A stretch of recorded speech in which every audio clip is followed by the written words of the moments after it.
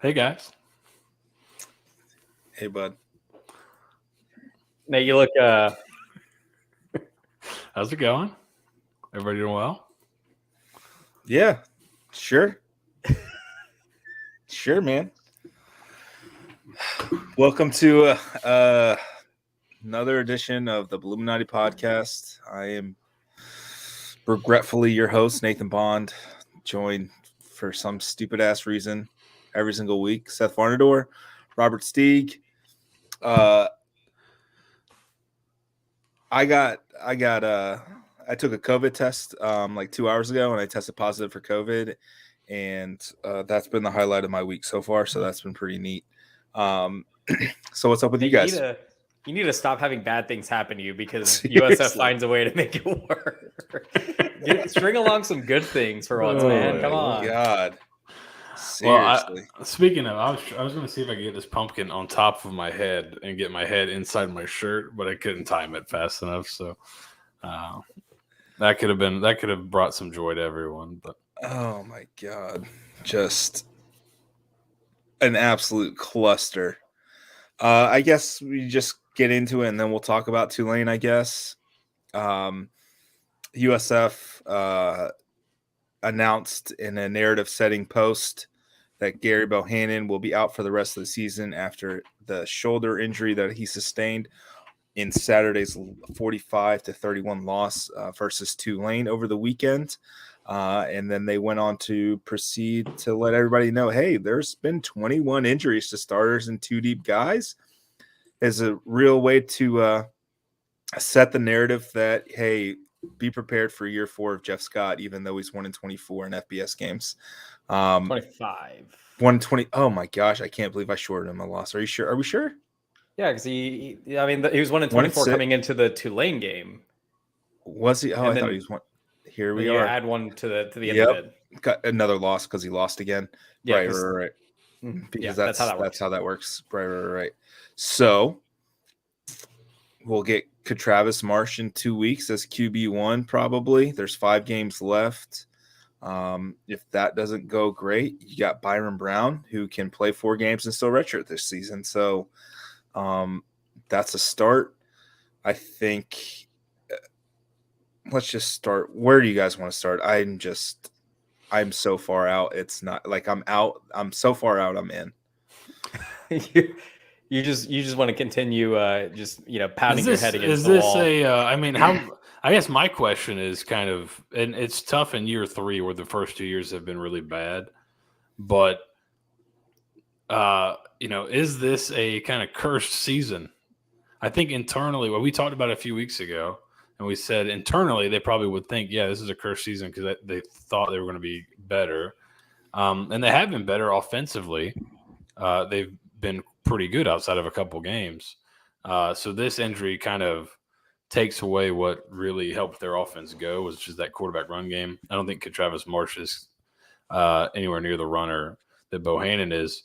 I think Byron Brown has some athleticism, was kind of more of a dual threat guy in high school than Marsh was. So we'll see if he comes in, but now you're asking a true freshman to come in and carry that load. So that would be tough. But is this kind of, if this was year 2, is this just a cursed lost season with all the injuries and stuff? Is that a legitimate excuse? Or because I think the first 2 years are obviously kind of clouding how this is being looked at. If it was only one bad year and this is your second year, then you'd be like, okay, I think you would probably lean towards this is just bad luck. But 3rd year in a row, losses piling up. Can you guys take this as bad luck, or is this kind of what it is? And unfortunately, guys are getting injured. Yeah, it's a difficult situation, and I kind of mentioned it in the article that I wrote. Kind of plainly and bluntly, like this isn't like we need to do an internal investigation on the strength and conditioning team that works within USF. I mean, maybe, but. This is egregiously bad luck all around. Is it also a microcosm of how the tenure of Jeff Scott has gone under, if we're going to go under the narrative that COVID year was just, it was lost. The fact that we got a win in that COVID year was the biggest blessing, I guess, that we didn't go winless.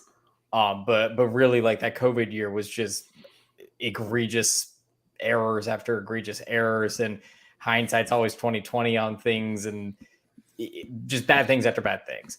But the problem is now you're sitting at year 3, and these bad things continue to happen. And at some point, and I know we kind of talked about it, and it's Nate's favorite thing to say is, you kind of are who you are at this point. And it's unfortunate because really some of this stuff is really outside of Jeff Scott's control. I'm a big empathizer, and, you know, all offseason when you hear we need to fix this team, and then Jeff Scott goes out there, recruits the hell out of the transfer portal to get in quality depth and get in guys, and then you just so happen to luck into a top transfer quarterback wanting to come here. You know, at that point, it's kind of like maybe the stars are aligning a little bit for him. You know, you get the offensive line depth, you get the defensive line depth really back up there, which was so key that we all talked about. And then all of a sudden, you're back to playing walk-ons just like that. After 7 weeks of football, you are back to that. And I think at this point, you can empathize with the situation and say, yeah, that fucking sucks. 21 of 44. It might as well be 22 because Stokes is fucking, I think, out for the next couple of weeks as well. So your punter's out that you've been, you know, kind of keying around. So 22 of your starters have been out for a significant period of time, whether it is a game or 2 games. But that's who you are at this point. And I think you have to have a good, honest look at it and say, all right, it's not the coach. As much as we like to think that it's Coach Jeff Scott's, you know, just presence that is getting these guys injured. It's not. It's just the unfortunate nature, and he's the guy that's going to get blamed for it. And unfortunately, you are who you are at this point. You can use this as an excuse to give him another year, or you can give him as an excuse and say, all right, let's scrap this shit. Let's start over. Clearly, it is not going in the right direction. Clearly, we need new blood to lead this program. Unless miraculously they win 3 games in this back half, then you fucking keep him. Because if he's able to scrounge together 3 wins in this back half of this 5-game schedule for the rest of the year, he has more gusto about him than I think we'd be willing to admit. I mean, you are who you are, and you're, as Nick points out, I was right, you were wrong once again, Steeg. 1-24. But I mean, I guess you can count this week as a loss if we're being honest. So, I mean, really 1-7. I just set to your question, you know, is it just the timing of it, I guess. And we've talked about it. I think we talked on the podcast last week and probably the week before and the week before that. Injuries are a legitimate reason, except he's used all the cachet that reason could present itself with. Like, yeah, man, it's tough. You were down to 2 running backs. You're missing a couple of guys. I think we could legitimately point at the Louisville game. Like, they were trotting out walk-ons at wide receiver at a position where they had maybe the most depth on the team, and understand why the offense looked as bad as it did in that Louisville game. And looking back on it, I don't think they put very much into that game. Once they found out all these guys were hurt and that Bohanna was a little banged up, I think they were just like, let's get out of this game, get ready for next week. Yep. That next week was 41-7 at halftime. So real tough look for our guys there. Kudos to him for not pooping the bed. After a close loss to Cincinnati, they were competing, they were in it, and I think, I could be wrong here, but I really thought they would beat Tulane. If Gary stays in the game, I think they beat Tulane. That Tulane could not figure out this offense. USF punted on it was self-inflicted wounds on their first 2 drives, and then they went down and scored with ease. And he gets hurt on a 1st and 10 run after the defense gets a stop. It's an 8-yard, 9-yard gain, and on such an innocuous play. But sometimes them's the breaks. And Seth, you've kind of pointed out, maybe for the folks kind of let us in on what was it? Will Muschamp, his third year at Florida, same kind of thing, and what kind of happened there? Yeah, so he had a really the key difference going into this third season, right, is Jeff Scott had lost 18 games going into the third season. Will Muschamp had won 18, and he was coming off a season where I think he won 11 or 12. I think he won 11. Made the Sugar Bowl, got beat by Teddy Bridgewater, Charlie Strong in Louisville. But the next season, I think he had like 4 or 5 guys tear ACLs. I mean, there was guys tearing ACLs in camp. They ended up towards the end of the year with like a third or fourth string quarterback, and they went 4-8. Muschamp got the benefit of the doubt because of the previous season and winning 11 games. But some people thought that kind of the writing was on the wall then. Next year, he comes out slow. He gets fired in that fourth season. So in my mind, that parallel got drawn in my head. Third season, really bad injury luck. But then you kind of see, okay, so, like I always thought, oh, Muschamp, he was a poor guy. He was snake bit. And then you go on, what did he do at South Carolina when he got another shot? He was kind of the same guy. So that's where you are what you are kind of thing. That's where that kind of thinking comes into it a little bit. And, there's been a lot of guys out with injuries, but a lot of them have been 1 game, 2 game. You've had your quarterback for 7 games, right? Are we through 7, right? Or 6? Or what are we through, 7 or 7, right? Yeah, 7. Yeah, so you had your quarterback through 7 games. You still only won 1 of them. So, as much as you've had guys out, it's not like you've had a ton of guys out for every game. You've had most of your team at one point or the other. I think the issue is, right, the offense you're showing those signs. The defense still is kind of right back where they were last year, and that's going to that might be the killer, is you never got that defense figured out. Agreed. I mean, per SP Plus metrics, the offense is the 66th ranked offense in the country. That's better than Texas A&M, and that's better than Notre Dame. Now, Notre Dame's, they've got their own issues, but I don't think you're really putting USF in the category of those 2 teams regardless of the season, except the defense is legitimately worse than last season. You can chalk it up to injuries. They're creating a lot more, havoc plays this year, but they're still getting gashed for large amounts. They're second to last in yards per play at 7 yards a play. Charlotte is giving up 7.6 yards per play, and they play FIU this week, and they're a 17-point favorite. I don't think USF will be favored by 17 over literally anyone in FBS right now. So that's kind of where the state of the program is. And it's a bad beat. Sometimes, on Monday I was at work talking to a guy who was in a poker tournament, and he pulled up, I think he had like a pair of kings or something like that, and pulled the trips and got beat by a flush or something like that, like a straight flush. And it's just like, sometimes that's just what happens. You have a halfway decent hand, there's a better one out there, and you get beat by it. And that's kind of where this program is, for better or worse. And I don't really see him, like, at what point do you, all right, let me get my thoughts at the COVID brain already. Jeez Louise.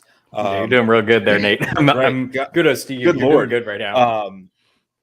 You let him, finish the season, right? You don't fire him. And I saw someone mention in the comments, very short leash. Well, what's the point of keeping him for 3 or 4 games if you're just going to fire him, after 2 or 3 bad losses? What does that do? Now you've now reset for another 2 years. I think it was Jeremy Foley, former Florida athletic director, who once famously said, "What must be done eventually must be done immediately." And we're at that point. It's not going to happen. I don't think it's going to happen in season. unless Houston the next game's Houston just absolutely beats the brakes off of them like 63-0. I don't see Michael Kelly firing Jeff Scott in season. I don't think he's the kind of guy to do that. Oh, I would I don't assume think it's so got to either. really. I mean, losing is one thing, but I would assume it's got to really come off the rails for something to happen, because you do there the the release today was definitely a narrative setter, right? Like all of us kind of read it and was like, okay, they're getting that, they're laying the groundwork, right? And it is, and we've said it is true, but they're laying the groundwork that all these injuries, it's just a cursed season. The team was improving, it's just all the two hurt.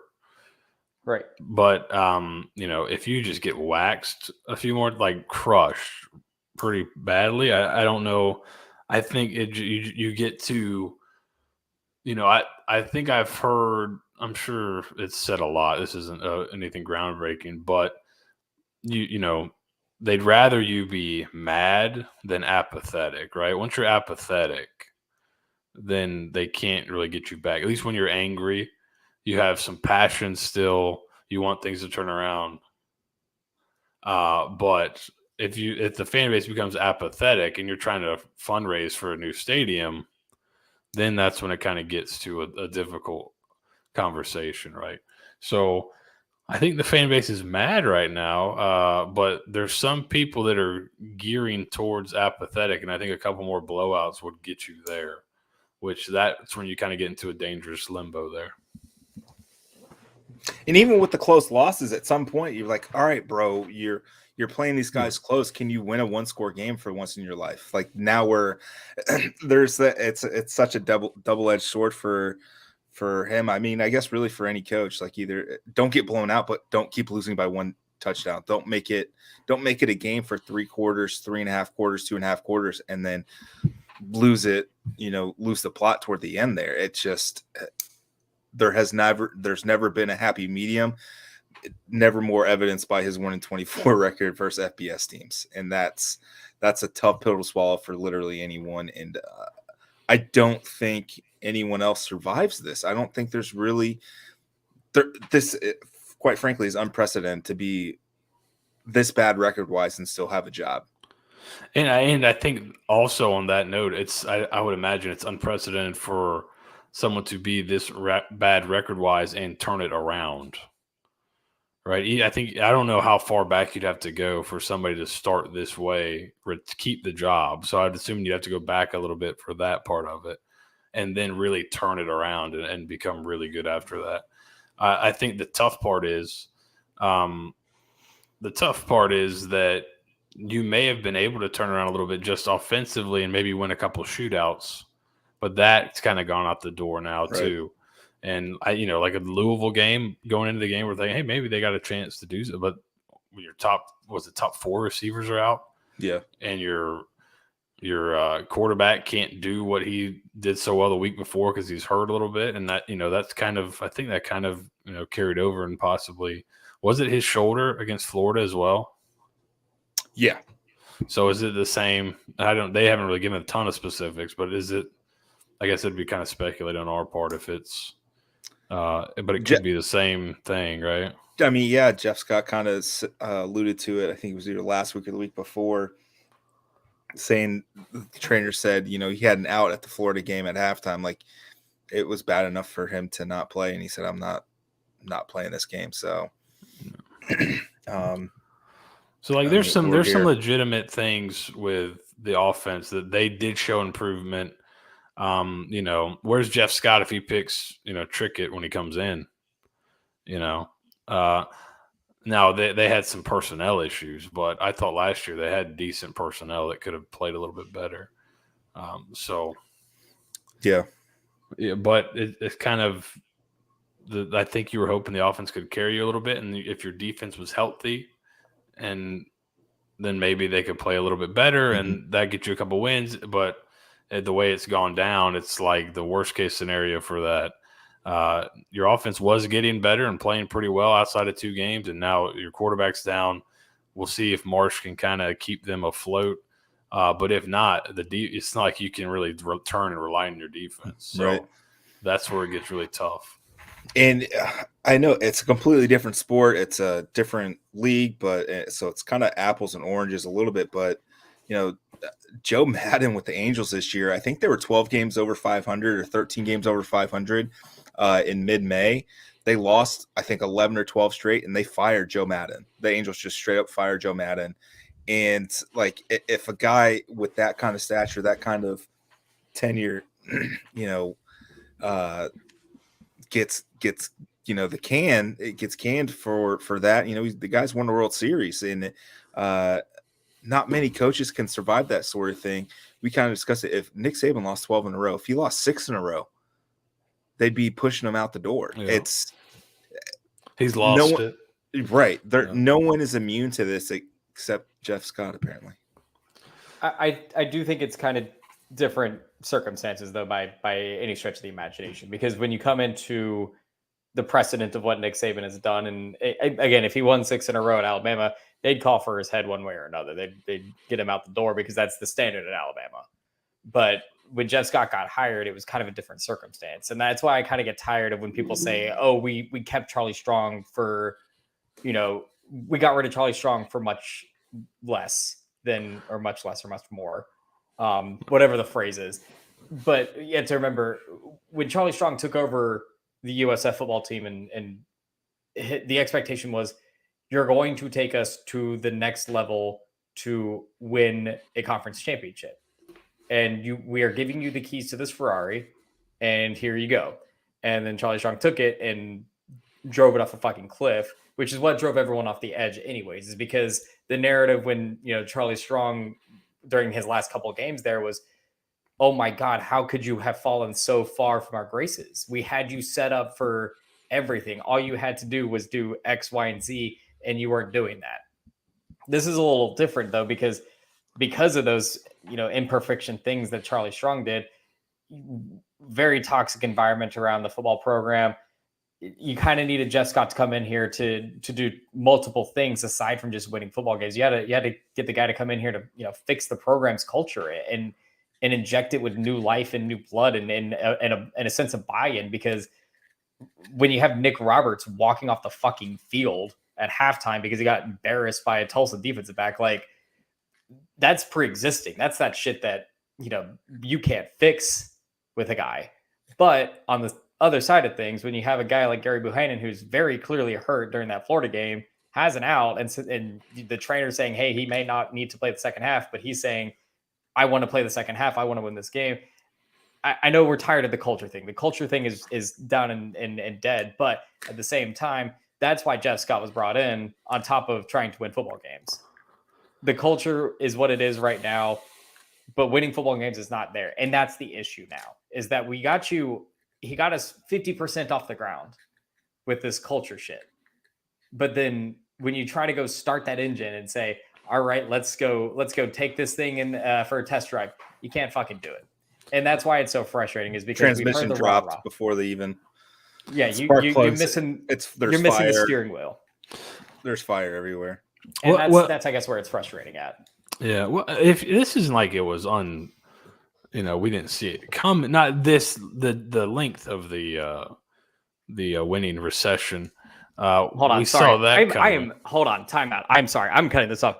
I am not vouching for Scott. You can go fuck yourself if you think I'm vouching for Scott with that statement. I'm vouching that these are two different circumstances. All right. I'm sorry, Seth. I have been calling for Jeff Scott's head for the past 4 weeks. All right. I was calling for Jeff Scott's head at the fucking halftime of the ECU game. I was calling for his head after the Howard game. What kind of fucking bullshit are you talking about that I'm vouching for Jeff Scott? Tell me, Ronnie. Tell me where I'm saying I'm vouching for Jeff Scott, please. Please tell me where I'm vouching for him. Yeah. So when it was, and if you remember back to when Charlie Strong was on the precipice of getting fired, I said, I don't know if others agreed or not, but I said the team's going to be worse next year. Your best chance of having a good season next year is to keep Charlie Strong another year. And everyone wanted to fire Charlie Strong. He got fired. So we kind of had an inkling that the next season would be tough, just because now the obviously the COVID stuff made it harder. But I didn't think it would last for 3 years. I thought that first season would be tough. A guy would catch his bearings, then kind of figure it out. But it's lasted much longer than anticipated, and we've kind of talked about it amongst ourselves. Like, Charlie Strong was terrible last season. He won 4 games with a quarterback that's not playing college football anymore. I don't think. Like, he's not actually playing for anybody, I don't believe. And it's not like he had, a Bohannon there, and they won 4 games. So, and that was a fireable offense. I was really hoping to go on, like, is it the injury to Gary and kind of what that means to the season, as really who cares for the last 5 games? Like, does it really matter at this point? Like, if we had gotten word, or they had stayed silent until Wednesday of next week, would we be having this conversation tonight, October 18th, or would we be having this conversation next week, or Saturday after they announce he didn't travel to Houston or something like that? I think it's probably the combination of the way that this all unfolded. Really, it's if we're going to be honest with how USF operates and how they would do things, they wouldn't. If they were going to make the move on Jeff Scott, they wouldn't do it on a Sunday because the team is off. I think most of the athletics program is not at the office, so they would have announced it on Sunday. That's like all coaching fires will get announced on Sundays. They don't wait. So if you make it like 12:01 a.m. Monday morning, you're probably safe at least for that week. Right, but I think everyone kind of sits on edge, especially on like the Tuesdays of Jeff Scott's tenure of having the media availability and all that stuff. You kind of sit on edge on Tuesdays because is Jeff Scott going to say something fucking stupid in the podium, or is he going to tell us good news, or what is it? And so I think it's the combination of, okay, we didn't get a presser today because they're on a bye week and for whatever other reason they didn't. And then you're kind of like, oh, okay, we get a 3:45 news dump that Gary Bohannon's out for the year. And you're like, oh, that kind of sucks. But also we haven't really discussed injuries ever, Jeff. Like, you kind of will bring up a few guys that have gotten hurt here and there. Oh, this person got dinged up. Oh, this person's dealing with a lingering thing. But we've never really gotten a full injury crux of the present of saying, okay, yeah, these guys are out. This guy's hurt. This guy's hurt. These all, like, fact that you did this all in one dump. Did I miss a release that Joe is out for the season? No, that was also news. That was all. Well, that was in the tweet. Well, I mean, it was news to probably the general public. Yeah. So, Byron Brown, you can play any 4 games. As long as you don't exceed 4 games, you can still get your red shirt. So you can play in any 4. So let's say Byron Brown does not play at all the next game. He could start the last 4 games of the year and still maintain his red shirt. He couldn't start a potential bowl game, though. So that would burn it. I think, this is important. I don't know if that was a COVID cough or you make me choke on my own spit. This is all went downhill, I think. I mean, you want to talk about the curse, the hex, the football gods not letting. This is what you get. The football gods want football shown on TV in any capacity whatsoever. You spit in their face, and this is what happens. That's right. Steeg may walk off the show. I'm getting there. Jesus fucking Christ. It all comes back to the one decision. It's this season is unfortunate the way it's kind of played out. And obviously not just the wins and losses, but the injuries and things like that. But it is, if it was, like we said, if it was year 2 or if they had a couple good years behind it, then you'd have a shot, with the fan base. It's too far gone at this point. You've said it, Nathan, all the excuses have kind of been exhausted. And we're not really and we're not even. We still got quite a few games left, so it'll be a fun finish to the season, I'm sure. For whom? I don't know.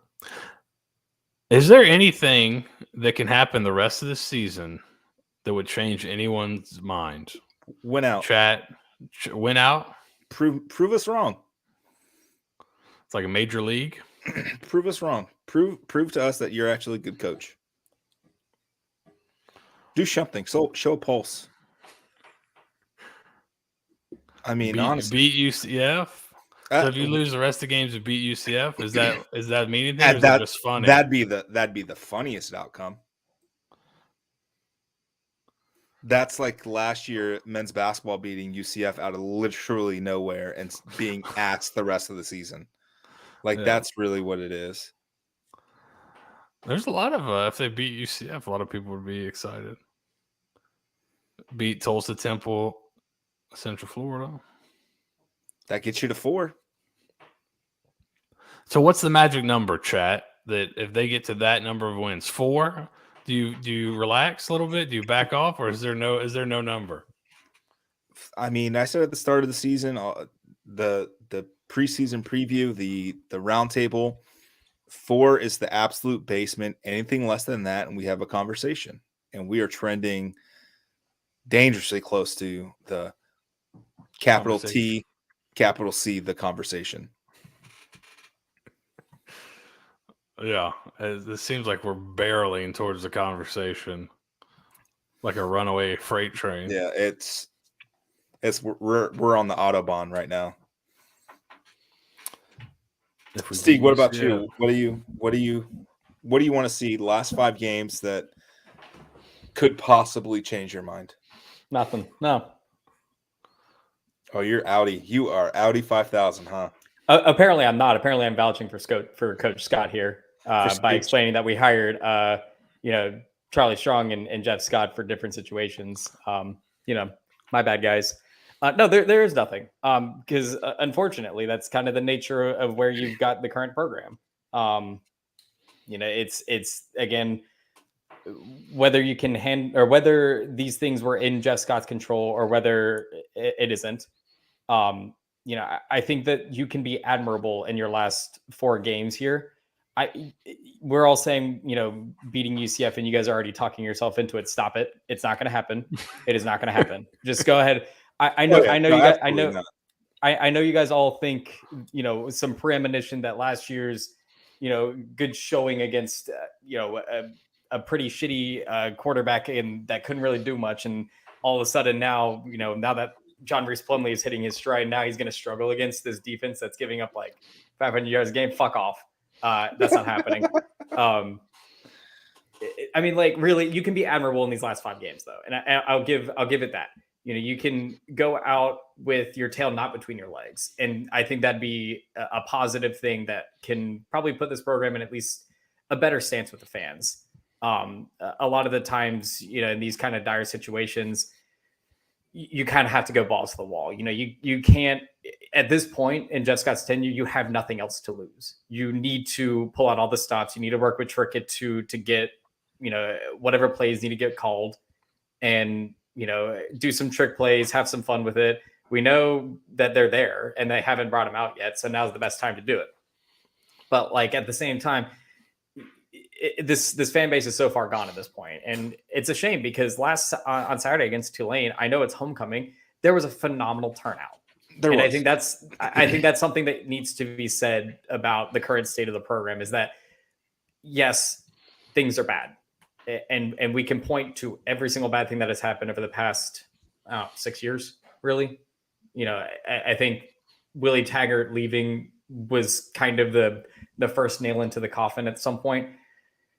But when you start looking at everything else that's happened, there is still plenty of support that comes around this program. There's plenty of support in the area. There's plenty of support by the fans. They're hungry for this team to start doing well. And the fact that, as of yet, because of course, there's still 2 more home games and one of them is probably going to be really, really, really well attended by another team.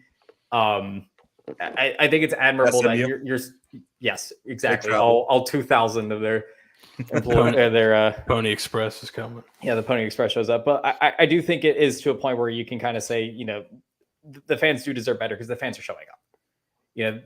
Season tickets were in a good state this year. There is support around the program. There is support around athletics. There's a lot of positive things that are happening around athletics. At this point, let's start winning fucking football games. Like we preach it. It's on the fucking wall in the locker room that best is the standard. Let's and the fans have putting money where the mouth is because it worked. You got more people you got more season ticket renewals and new season ticket members this year than you have in years past. I think at this point, the fans are saying best of the standard. Let's start getting the fucking program to do that. Let's start getting a guy to win the games. Michael Kelly's introductory press conference. If you're going to keep score, you might as well win. Well, shit, boy, do something. I got another hypothetical for you guys. Love it. What is the feeling here if Bohannon does not get hurt and they win the game last week? Is that enough to make you feel better? Or is it still all this stuff back here, right? Is it still the same? So they beat Tulane with Gary staying healthy. Let's say Gary stays healthy, they beat Tulane. And they go into the bye week. Bro, it's so completely different because you beat a legitimately good team. Mm-hmm. You're not beating Temple. You finally win a game. And you show that you're moving in the right direction. I think we kind of touched on it. The offense has showed up. They've shown up damn near every single week. And if you're stopping that Tulane offense, that means the defense must have showed up. They didn't. And you saw what happened. USF ties the game at 17 apiece. After the offense stalls out at the 1 on a false start by backup right tackle. And they have to settle for the field goal to tie it in the third quarter. If they score a touchdown, does it change things and maybe puts a little bit of pressure on Tulane? Maybe, but the first play of their very next possession was 75 yards to the house. So you really deflate this entire team and the fan base. They were hyped, man. I was in the stands. I was in the Hall of Fame Club, man. I was hyped. It was a fun game. I had one of the workers, waiters, I guess, in the Hall of Fame Club was like, "Oh wow, you're like a legitimate fan, huh? You really care." And yeah, I do. It's I've been going to games since I was like 8 or 9 years old, 10 years old. It's in my blood, and it's frustrating, and I think that's why I kind of hate. We feed into it like the hate block thing, but I promise you, no one wants this program, this university to succeed more than I do. Like, it is my lifeblood. I hate being the butt of every single joke when I'm in conversation with anyone about this team. It sucks. Like, you can only say, well, women's basketball is good so many times before people are like, dude, shut up. No one legitimately cares about women's basketball except for you because you're bad at everything else that matters. So Bohannon injury, because I think we all feel like they had a chance in the game if Bohannon does not get hurt. That's kind of literally the straw that broke the camel's back, right? That's kind of the last. Oh yeah, yeah. Oh yeah. And that's the thing that sucked about it was that, like, I mean, fuck me, right? I'm sitting there 9 beers in deep at the fucking game and enjoying the time with my friends, and someone had asked me. Because, of course, I'm 9 beers in, so I'm going to give the most candid fucking answer they possibly can. Someone was like, "Oh, do you know the extent of Gary's injury?" And I was like, they probably just sent him in at halftime because, it's like, 3 minutes left in the half? Right? Ish. There wasn't a ton of time left. If you're going to, send a guy to the locker, you might as well have done at that point, maybe just kind of escape out of the first half in a game that you were a double-digit dog in. And so I was like, they probably just sent him in at halftime. He's going to be fine. And then we were discussing today, and then of course he was out.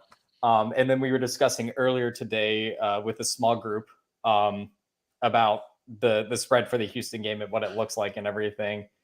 And I had mentioned just in slight passing, I was like, I had heard a little bit that Gary might have been fine and that, they were just kind of keeping him out. In the second half because of the x-rays and everything. And then I shit you not. Hold on. I want to get this down. I to was like a T. Hold on. 209. 209. 209 is when you I said- told us. According to Gary, should be good to go for the Houston game, right? And I have pretty all right sources. People come to me for shit, and I get it. Literally 2:10, not even one full minute had eclipsed yet. USF football sends out that tweet, and I was like, "Fuck me, really?" Like, and even I dwelled on. Like I had the message sent, or I had the message kind of like sitting in my thing at like 2:07. I was like, I don't really want to say this because I don't know for certain. I didn't fact check it twice, our normal things and everything. But I was like, you know what, I'll let it rip. It's amongst friends and everything like that. And I deserve to get roasted for that. Man, it was because I did. It was the highlight of our afternoon, if we're gonna be completely honest. I did exactly, and I laughed and I laughed and I laughed. I did exactly what you told me not to do, and that's not to double check something as crucial as that. Did you tweet it out? No, I didn't tweet it out. You just sent it to us. Oh, good. You're fine. I mean, this is where we bounce ideas off of each other. That's what Slack's for. To, hey, I'm hearing this. Can we get it sourced some other ways? And USF sourced it a different way, and that's okay. They heard me talking, and they were like, they something different. A literal minute. Literal. I don't even think it was a minute. I think it could have been like 10 seconds. Yeah, we don't know where on the 209 that was, and that was probably a scheduled tweet. So that thing went out at 2:10 on the dot. Oh my gosh, that is the funniest thing. Let's see, what is it? Does this confirm Gary is back next season? I don't think he's proven enough to be NFL draft eligible. So why not? It's too late he's too far out for a medical red shirt, isn't he? Yeah, that would have been long gone. All right. Unless you get like a waiver. I don't even think that there's a waiver that's available at this point, actually. Yeah. So, well, I mean, yeah. I don't know if he. Well, the thing is with Gary, he might as well. Like I know everyone kind of he's got a COVID year, right? Right. He has 1 year left after the season. So I know the big scary, and this is kind of getting off the rails. I'm sorry, I drank a little bit before this podcast. Running theme, I see. Let it run. This is actually an intervention, not a podcast. Get it? But I think the looming overarching question that I think everyone is going to have going forward now is, what is this going to affect portal wise out? And things that are being heard and said and everything like that. We have to remember that the portal giveth and the portal taketh away, and jumping in the portal doesn't always solve all of your problems. And so for a guy like Gary, it may make sense for him to, explore another greener pasture at that point and apply for a waiver. He already had grad transferred out of Baylor, so that's kind of a difficult situation to get another waiver to get, that approved. But at this point, for some of these guys, you kind of already have your starting job solidified at a Division I school. Yes, you can go to another school that might be up and compete. But as we've seen, a lot of the guys that transferred out of USF in years past probably go to not so great situations, and then they don't really get as much playing time. I think the only exception is like Chris Oldokin and Bentley Sanders. So Bentley Sanders, he transferred from he transferred from like a really bad school to like a bad school, but I think he still leads the nation in interceptions, so that's pretty cool. Yeah. Right. Like Nevada lost to someone horrific like 2 weeks ago. Yeah. They're not, but he still has like 5.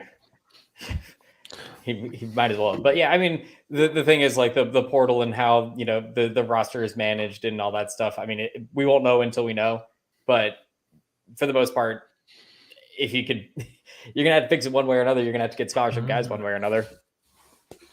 If they leave, they leave, and they stay, they stay. Yeah, I'm seeing a couple of things about Timmy. Jeff Scott said after Gary was announced as QB1 that he kind of knew whoever won the job, whoever lost it, would more than likely transfer out. So he's anticipating this. and this is I'll pose the question for you guys. They saddled their horses to a guy who may or may not be made of glass, or a really hard plastic that bends quite often and badly. Was it an overplay? And frankly, I'll put this out here before you guys answer. I don't think Timmy keeps the Florida game close at all. At all.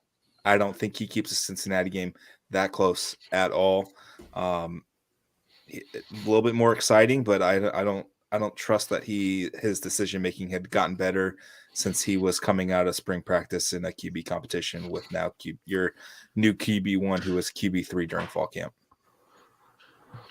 Yeah, I kind of thought this all along, that them taking Bohannon to me signaled as soon as you take Bohannon, right, we were all like, okay, they're taking him to start. They're not taking him to come in and sit behind Timmy. So the fact that you take Bohannon to me signals that you feel pretty good about your other quarterbacks, and especially your younger quarterbacks. Like to me, it signaled they felt pretty good about Byron Brown, and Byron Brown was one of these guys, grit score, as I think it's turned into quite a joke now because the season's so bad. But he was one of those guys that was up near the top as a freshman coming in early. That's pretty tough to do as a quarterback freshman, to be kind of a workout leader. That's not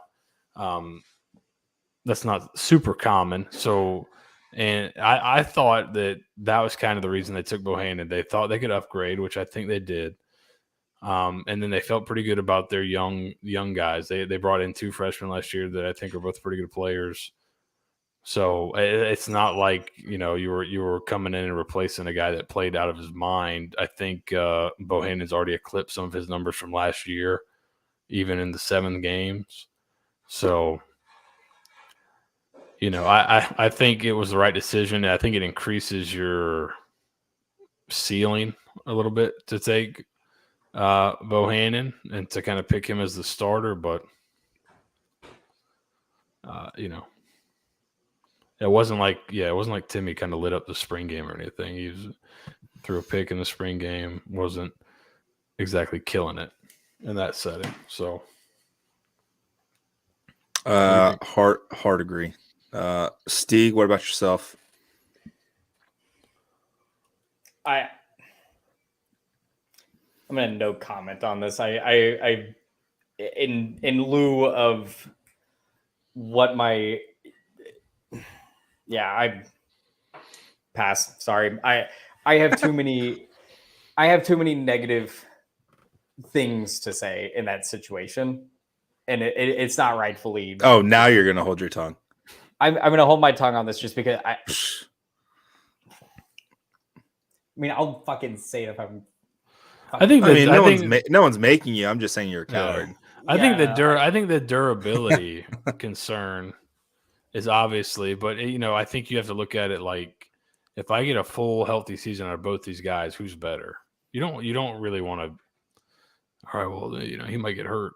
Anybody might get hurt. It's football, man. This is not that stuff happens out in the guys that have no injury history go out and blow out their ACLs and never play again. And that just happens.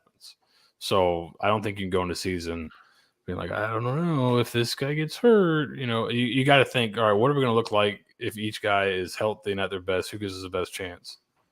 I think it was pretty clear. Gary was the right answer. Oh. Perfectly healthy in a vacuum. And when I want to build my roster, I want guys that are mentally tough and prepared for adversity, because by God, you're going to face some. And I'll end it at that, because you can allude to whatever I'm going to say after that, but I hear you, man. And it's tough.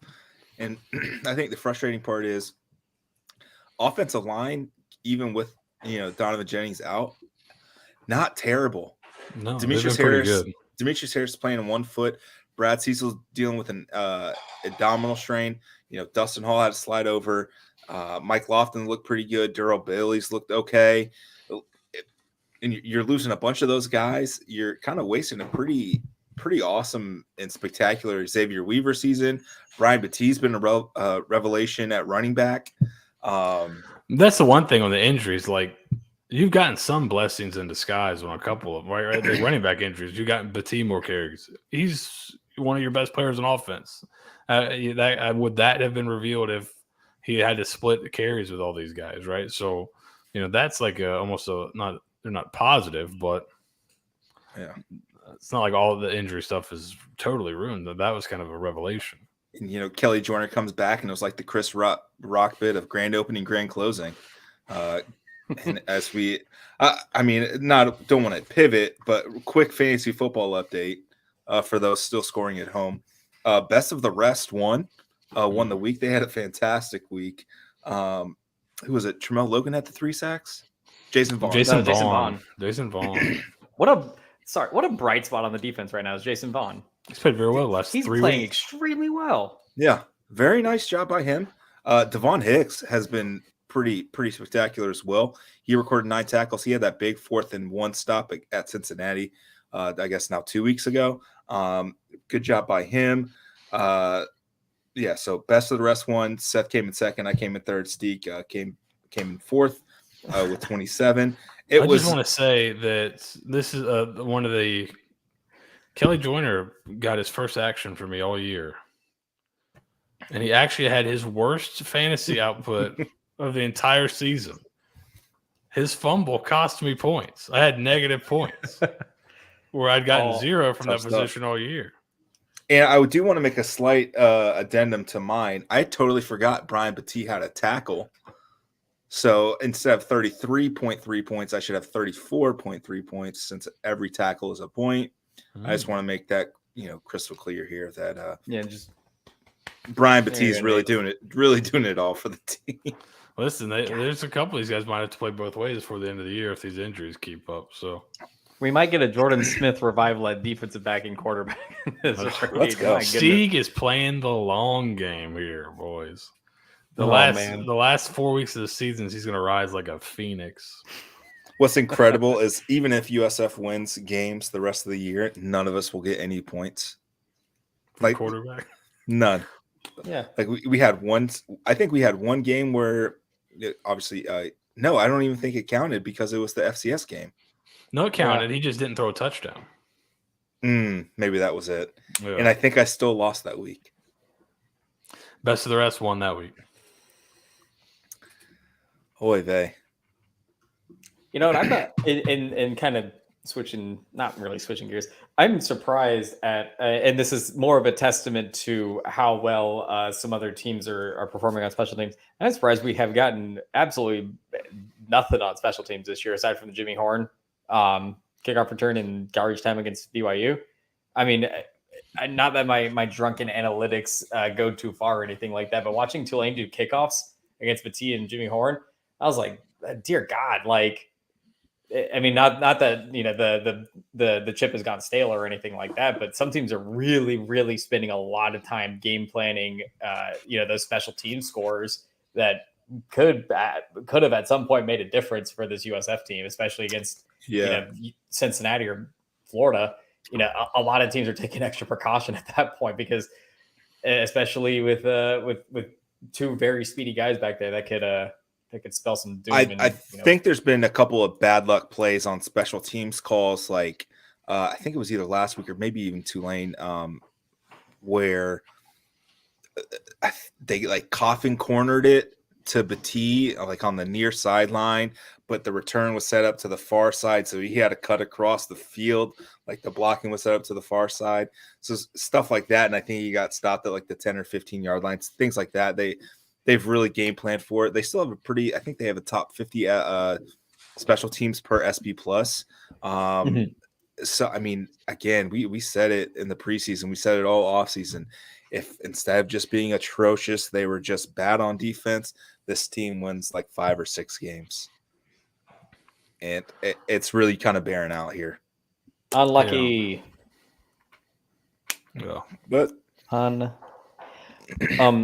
should I start my list or because we're at like 55 minutes? Yeah. So we're going to wrap up here soon because I want to get to bed and get some sleep, maybe play a little Xbox. I don't know. I haven't decided yet. Here's That's true, Larry. There have been lots of kickoff return opportunities. That's what I'm saying. At some point, I mean, God bless. How many did BYU have? 7 kickoffs, right? My math right? Yeah, I think so. Wasn't there a 7 safety in there? Yeah, there was a punt. Or no, was it a safety? I don't know. The season's a blur. The season doesn't count. But yeah, you had like 7 kickoffs. So, yeah, I think 7. One. Well, technically 8 with the opening kickoff of the second half. So technically 8. You're right. Yeah. So yeah, I'd love to see a few more special team scores for the rest of the year, and that'll be my saving grace at this point. Yeah. So, Steve, you have a list of all the injured players? Is that I was going to do the other list. Oh Lord, what's the other? No, I'll do the list of players who I have players that I have noted that have missed what I would consider to be extensive playing time.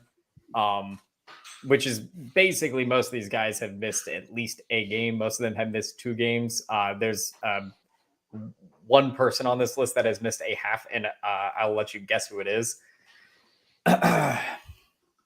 And credit to USF alumni recruiting news for getting this list put together. We have Jaron Mako, Mikey Dukes, Kelly Joyner, Chaffrey Brown, Xavier Weaver, Jimmy Horn, Daquan Stanley, Ajo, Brad Cecil, Donovan Jennings, Jeremy Blanchard, Dustin Hall, Rashawn Yates, Rashad Cheney, Dwayne Boyles, Antonio Greer, Brian Norris, Demetrius Harris, Jalen Schuler, Christian Williams, Daquan Evans, Micah LaPointe, Matthew Hill, Ray Thornton, Will Jones, Andrew Stokes, Gary Bohannon, Jonathan Ross, and I'm missing 2 on this list, and I can't think of who it is. But yeah, it's a long list. I'd add Alex to the list. Yeah, we're all hurting at this point. The whole Jonathan Ross dropping a weight on his finger and missing the game, that was good Lord. I told y'all last night when we were recording Seth's show, you guys should check out Next Level. On tomorrow night on VSN Suncoast. There it is. I posed the question to Jeff Scott after the game. I was like, kind of leading into the Gary injury, and he was like, let me top this. And when he told the story about Jonathan Ross getting a pregame workout in, dropping a weight on his fingers and breaking his hand, like, it took everything out of me. Like, I could have busted out laughing right there on the spot. Like, it was so ridiculous. It's the funniest thing I've ever heard, given the context of the rest of the season. It's just the next funny thing that's happened. I had Latrell Williams and TJ Robinson.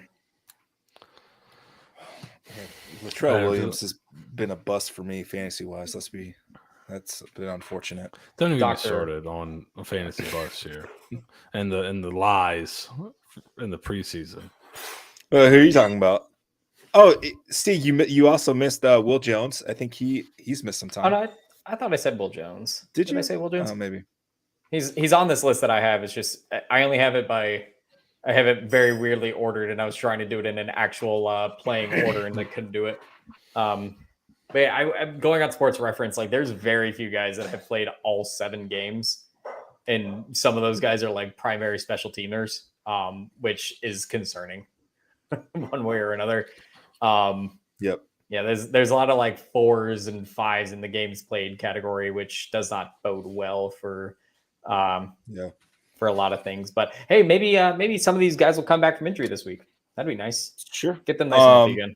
Yeah, absolutely. Let's wrap up the show. Steeg, you have a list of things that will be good for your health instead of maybe watching USF football.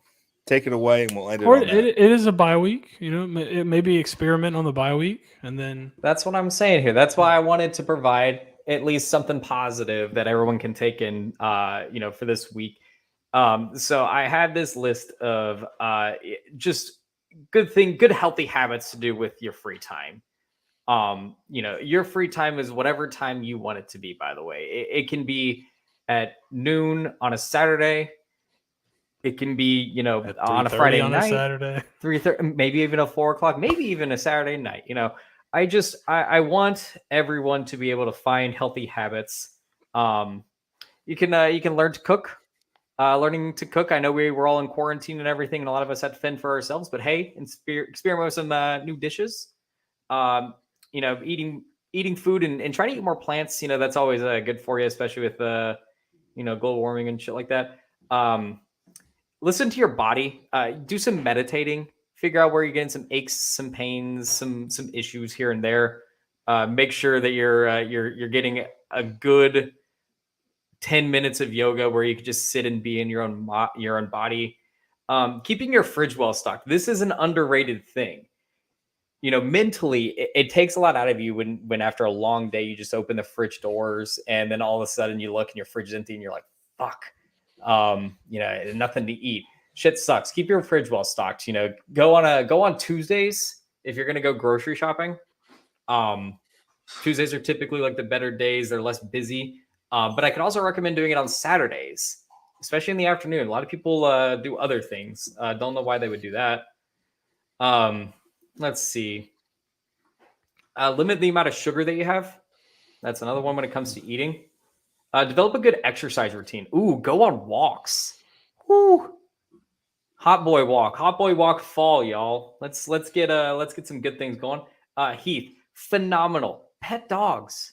Dogs are good. Dogs are really good. They're good for the soul. You know, brush your teeth, comb your hair. You know, do the things you should be doing for yourself. Take care of yourself, man.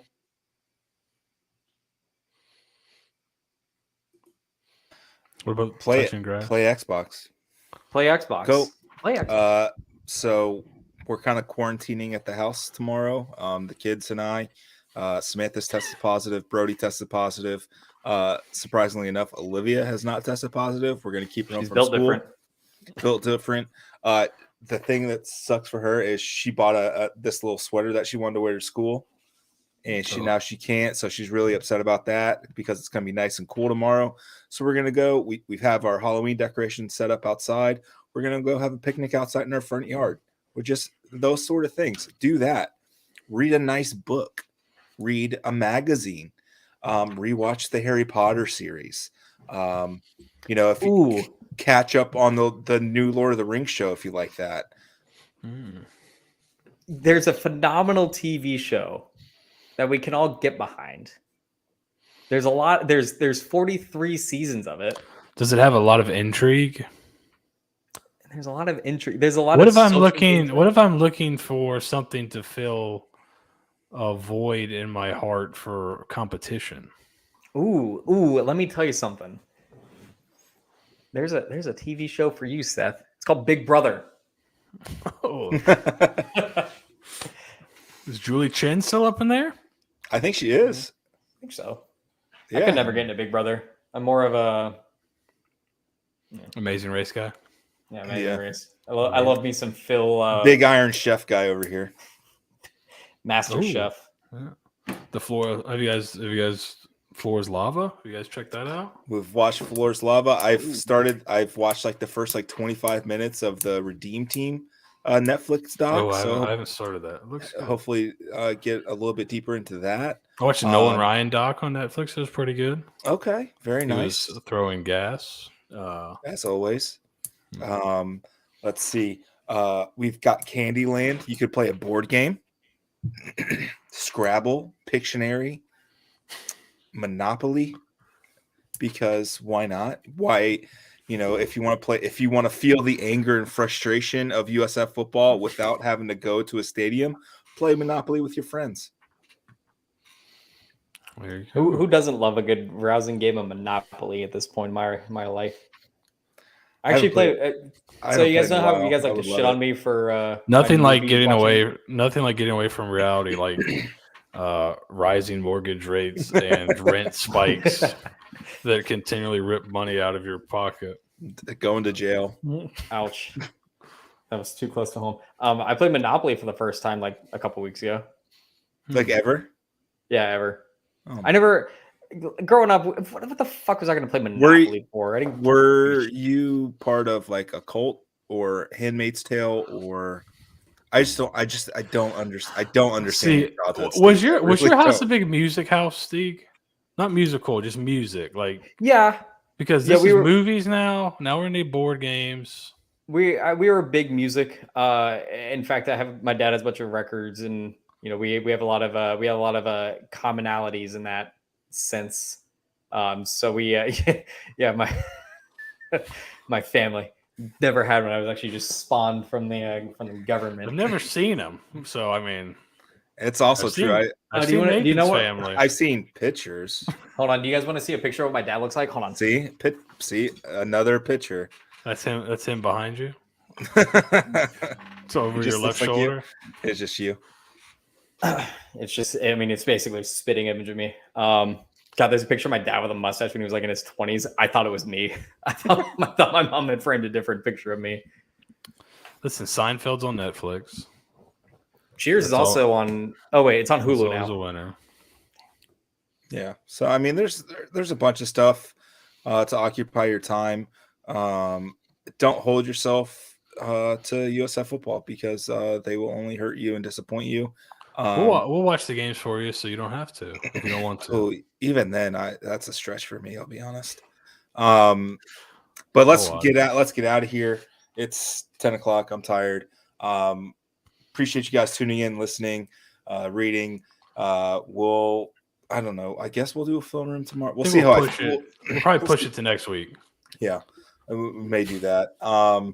But for Seth and Steeg, I am Nathan Bond.